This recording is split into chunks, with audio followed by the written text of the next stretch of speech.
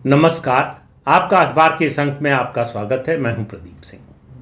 Exit poll के नतीजे आने के बाद, शनिवार को एग्जिट पोल के नतीजे आए, उसके बाद जो बयान आ रहे हैं विपक्षी दलों की ओर से, बड़े खतरनाक संकेत दे रहे हैं।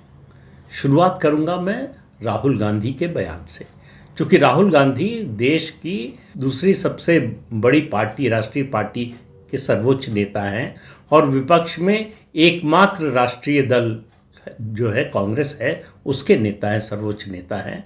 उनकी बात का संज्ञान लिया जाना चाहिए।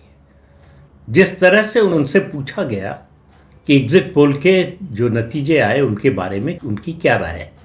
अब देखिए, कोई भी पार्टी हो, कोई भी नेता हो, जिसके पक्ष में आते हैं एग्जिट पोल या ओपिनियन पोल के नतीजे, वो उनको सही ठहराता है। जिसके खिलाफ आते हैं वो उनका विरोध करता है, उनको गलत बताता है। यहाँ तक तो मामला ठीक है, इसमें कोई अर्ज नहीं।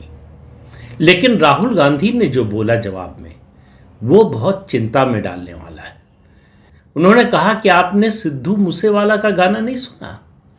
सिद्धू मूसेवाला ने एक गाना गाया है जिसमें 295 सीटें मिलने की बात कही है। मैंने वो गाना सुना नहीं। राहुल गांधी ने कहा कि 295 बोला है सिद्धू मूसेवाला ने। अब एक राष्ट्रीय पार्टी का सर्वोच्च नेता वो किसको कोट कर रहा है अपनी परफॉर्मेंस, अपने गठबंधन की परफॉर्मेंस के लिए? एक गायक को, उसके गीत को। उन्होंने ये नहीं कहा कि यह हमारी पार्टी का फीडबैक है या हमारे गठबंधन का फीडबैक है। उन्होंने सिद्धू मूसेवाला को कोट किया। लेकिन सिद्धू मूसेवाला के नाम को लेकर सख्त एतराज होना चाहिए और सबको होना चाहिए और सबको चिंतित होना चाहिए। क्यों? सिद्धू मूसेवाला भिंडरावाले का समर्थक है। उनके फोटो वाली टी शर्ट पहनकर घूम और भिंडरावाले को अपना आदर्श मान। ऐसे व्यक्ति को राहुल गांधी क्यों लेजिटिमेसी देना चाहते हैं? सवाल इस बात का है। संख्या की तो बात ही छोड़ दीजिए। मतलब एग्जिट पोल फर्जी है, गलत है और सिद्धू मूसेवाला सही है, यही तो नैरेटिव बना रहे हैं राहुल गांधी। अब आप इससे अंदाजा लगाइए कि वो कितना खतरनाक खेल खेल रहे हैं। और इसलिए मैं इस बात पर ज़्यादा जोर दे रहा हूँ, ज़्यादा ध्यान दे रहा हूँ कि ये खेल कांग्रेस पार्टी ने पहली बार खेलने की कोशिश नहीं की है। 70 के दशक के आखिरी दिनों में, 1978 से लेकर उसके बाद 80 के दशक के शुरुआत में भिंडरावाले को खड़ा करने में कांग्रेस और इंदिरा गांधी का बहुत बड़ा हाथ था। 3 लोगों का प्रयास था। उसमें कमलनाथ शामिल थे, उसमें ज्ञानी जैल सिंह शामिल थे, उस समय पंजाब के मुख्यमंत्री थे, और इंदिरा गांधी का वरद हस्त था। और ये था 1985 में जो चुनाव होने वाला था, 1980 के बाद जो 85 या 84 के आखिर में चुनाव होने वाला था, उसको जीतने की तैयारी के लिए। ये बात मैं अपनी ओर से नहीं कह रहा हूँ, ये बात मैं पहले भी इस किताब का जिक्र कर चुका हूँ। जीबीएस सिद्धू की किताब है, वो आईबी के वरिष्ठ अधिकारी रहे हैं और इन मामलों से, इन मुद्दों से जुड़े रहे हैं। इस तरह की जो बैठकें हुई, जिनमें समीक्षा हुई भिंडरावाले के आंदोलन की, खालिस्तानी आंदोलन की, उसमें वो शामिल रहे। और उनकी किताब आप पढ़ेंगे तो आपको पता चलेगा कि कैसे इसकी तैयारी 1979 से कांग्रेस पार्टी ने शुरू कर दी थी और इसके लिए पहला कदम उठाया था जनता पार्टी की सरकार को गिराने का। राजनारायण का इस्तेमाल किया गया जनता पार्टी की सरकार गिराने का। उसमें जो है कमलनाथ की बड़ी भूमिका थी। ये जीबीएस सिद्धू की किताब में है सब। और उन्होंने लिखा है कि किस तरह से भिंडरावाले को, उसकी ताकत को बढ़ने दिया, उसकी इमेज को बड़ा बनने दिया इंदिरा गांधी ने। ऐसा मौका भी आया था जब भिंडरावाले को स्वर्ण मंदिर से निकाला जा सकता था। सुरक्षा एजेंसियां तैयार थीं कि आसानी से निकाला जा सकता है। इंदिरा गांधी ने ऐसा नहीं होने दिया। जीबीएस सिद्धू की किताब के अनुसार भिंडरावाले का कद बड़ा किया जा रहा था। उसको एक सार्वदेशिक जो है वो व्यक्तित्व के तौर पर उभारा जा रहा था। एक सार्वदेशिक मतलब पैन इंडिया उसकी इमेज बनाई जा रही थी। क्यों बनाई जा रही थी? कि ताकि जब उसके खिलाफ एक्शन हो तो उसका इम्पैक्ट पूरे देश पर पड़े। इसके लिए जो है खालिस्तानी आंदोलन को चलने दिया गया, जो आंदोलन जिसके पीछे आईएसआई थी, और उस आंदोलन को अपने देश की सत्तारूढ़ पार्टी जो है वो समर्थन दे रही थी। तो भिंडरावाले को खड़ा करने में कांग्रेस पार्टी का हाथ था, ये बहुत स्पष्ट हो चुका है। ये कोई मैं रहस्योद्घाटन नहीं कर रहा हूँ। ये जो भी पंजाब की राजनीति को समझते हैं, उस दौर की राजनीति को जानते हैं, जो भी भिंडरावाले के बारे में जिन्होंने लिखा है, पढ़ा है, बोला है, वो सब इस बात को जानते हैं। और किस तरह से आखिर में इंदिरा गांधी के लिए ये जो मिस एडवेंचर था कितना भारी पड़ा। इंदिरा गांधी के लिए ही नहीं, उनकी तो जान गई, लेकिन देश ने उसकी बड़ी कीमत चुकाई। तो जब राहुल गांधी सिद्धू मूसेवाला की बात को एंडोर्स करते हैं, और ख़ास तौर से चुनाव परिणाम के लिए, आप एग्जिट पोल जो अलग अलग एजेंसियां करती हैं, जो अलग अलग चैनल दिखाते हैं, उनको आप जो है मोदी मीडिया का एग्जिट पोल बताते हैं, और सिद्धू मूसेवाला को चुनाव आयोग से भी बड़ा बताने की कोशिश करते हैं। मतलब तो यही है कि चुनाव आयोग जो भी फैसला दे, यानी काउंटिंग के दिन जो भी फैसला आए, सिद्धू मूसेवाला जो है वो ज़्यादा क्रेडिबल है। अब आप दिग्विजय सिंह की बात सुन लीजिए। 10 साल मध्य प्रदेश के मुख्यमंत्री रहे हैं, लंबे समय से कांग्रेस के राष्ट्रीय महामंत्री हैं, राज्यसभा के सदस्य हैं, राघवगढ़ से मध्य प्रदेश से लोकसभा का चुनाव लड़ रहे हैं। उन्होंने कहा कि अगर गठबंधन उनका, मतलब कांग्रेस का जो इंडिया ब्लॉक है, वो जीतता है तो इसका मतलब चुनाव नतीजा सही है। अगर बीजेपी जीतती है तो इसका मतलब ये इलेक्ट्रॉनिक वोटिंग मशीन का नतीजा है। उनका सीधा सा मतलब था कि इसका मतलब इलेक्ट्रॉनिक वोटिंग मशीन में गड़बड़ी की गई। अब ये तर्क दुनिया में आपने किसी पार्टी के नेता से सुना होगा कि अगर मैं जीतूं तो चुनाव ईमानदारी से हुआ, और मैं हार जाऊं तो इसका मतलब जो है चुनाव में बेईमानी हुई। आप चुनाव नतीजे से पहले ये कह सकते हैं, आरोप लगा सकते हैं चुनाव में बेईमानी हुई, या चुनाव में बेईमानी नहीं हुई, ये बात कह सकते हैं।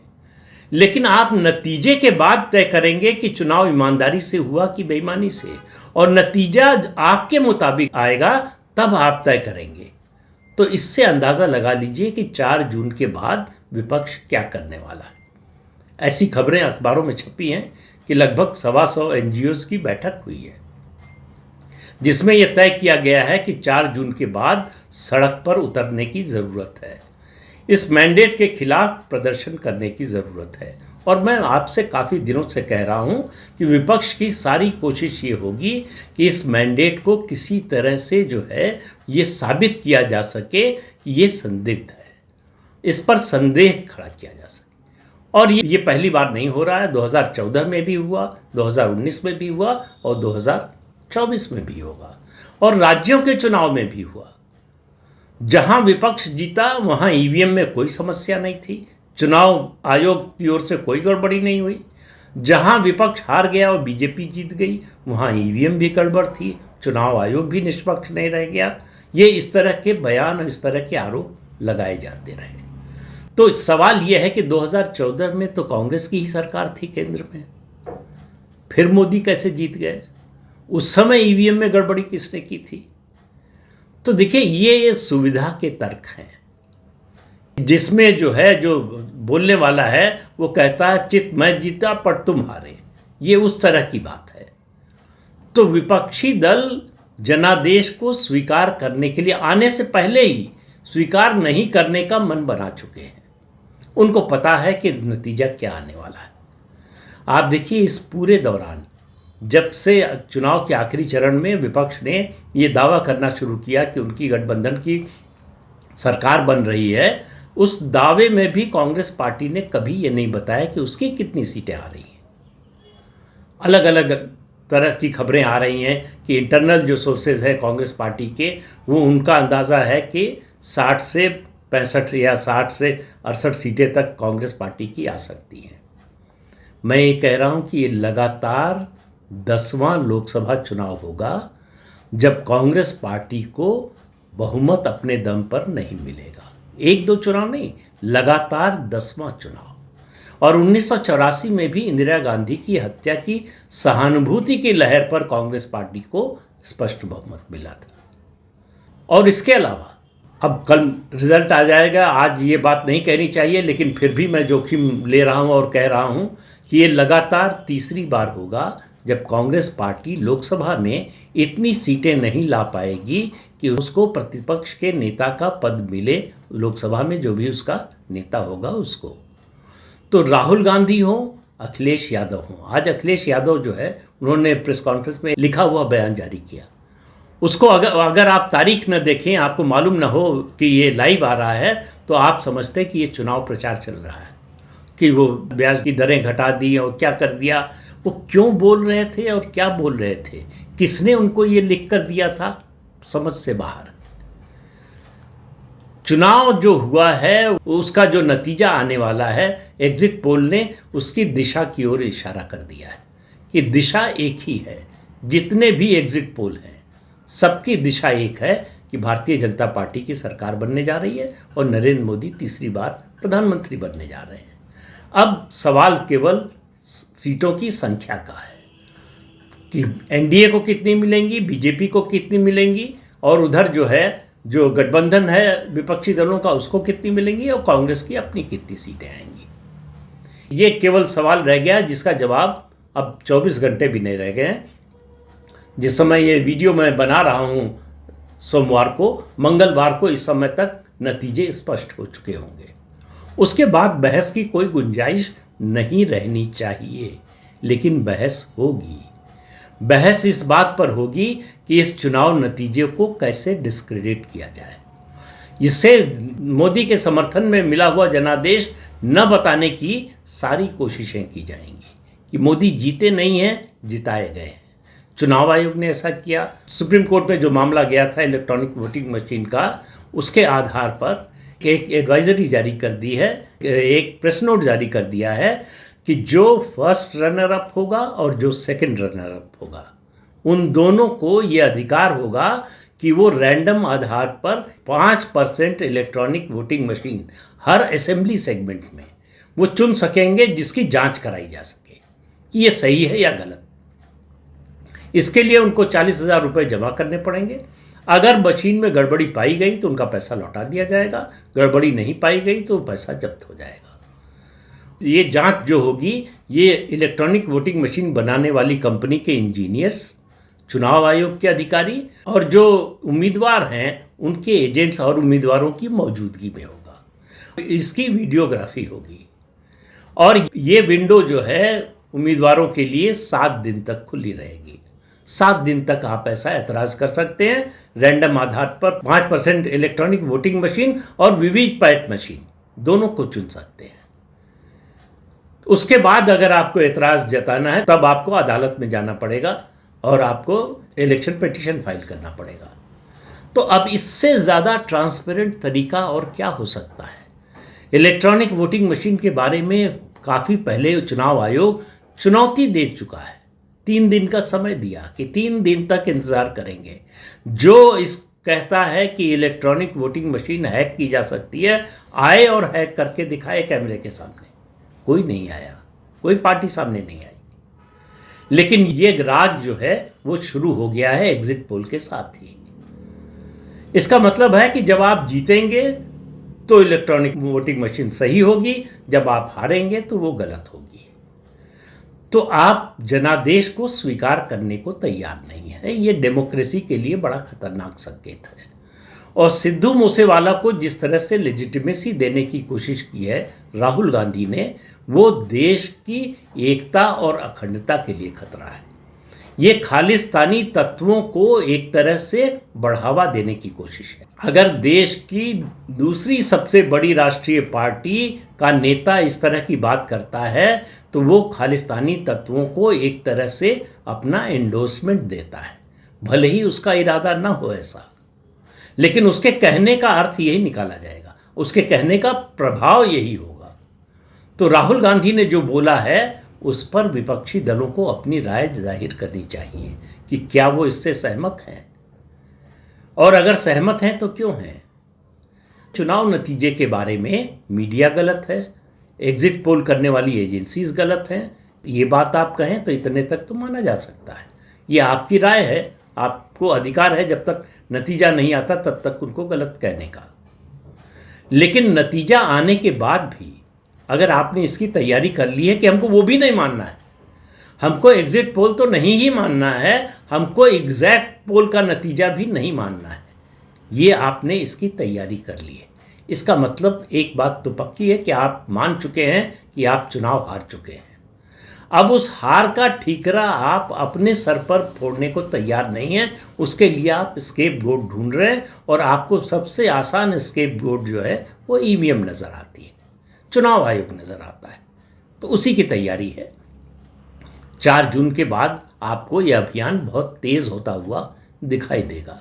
विपक्ष अपनी पूरी ताकत, आप देखिए पिछले 2 दिन से विपक्ष अचानक बड़ा जो है सक्रिय हो गया। पूरे चुनाव के दौरान इतनी सक्रियता नहीं दिखी इंडी गठबंधन की जितनी जो है 1 जून से दिखाई दे रहे एग्जिट पोल के नतीजे आने के साथ। तो एग्जिट पोल के नतीजे ने विपक्ष की निराशा और हताशा को और ज़्यादा बढ़ा दिया है और 4 तारीख को जब एग्जैक्ट नतीजे आ जाएंगे तो ये हताशा और ज़्यादा बढ़ने वाली है और ये हताशा जो है खिसियाहट में बदलने वाली है और खिसियाहट में कोई भी कदम विपक्ष उठा सकता है या उठाने के लिए तैयार है। आप मान कर चलिए तीसरी बार मोदी का आना बहुत से तत्वों के लिए, जो राष्ट्र विरोधी हैं, जो भ्रष्टाचारी हैं, जो इस देश को गलत दिशा में ले जाना चाहते हैं, जो अपना उल्लू सीधा करना चाहते हैं, जिनका निहित स्वार्थ है इस देश की व्यवस्था को, अर्थव्यवस्था को खराब करने में, उन सब के लिए संकट का समय है। तो उन सब के लिए एक साथ खड़े होने का भी समय है कि मोदी का विरोध किया जाए। तो मोदी का विरोध चुनाव में किया, उसका नतीजा उनके मन माफिक निकलता हुआ दिखाई नहीं दे रहा है। जनता ने समझ लिया कि कौन देश के बारे में सोच रहा है, कौन नहीं सोच रहा है, उसके हिसाब से फैसला किया है। तो अब बात करेंगे चुनाव नतीजे आने के बाद। तो इस अंक में इतना ही। अगले अंक में फिर मिलेंगे किसी नए मुद्दे के साथ। तब तक के लिए अनुमति दीजिए। आपसे अनुरोध है कि ये चैनल देखिए, शेयर कीजिए, लाइक कीजिए और सब्सक्राइब जरूर कीजिए। नमस्कार।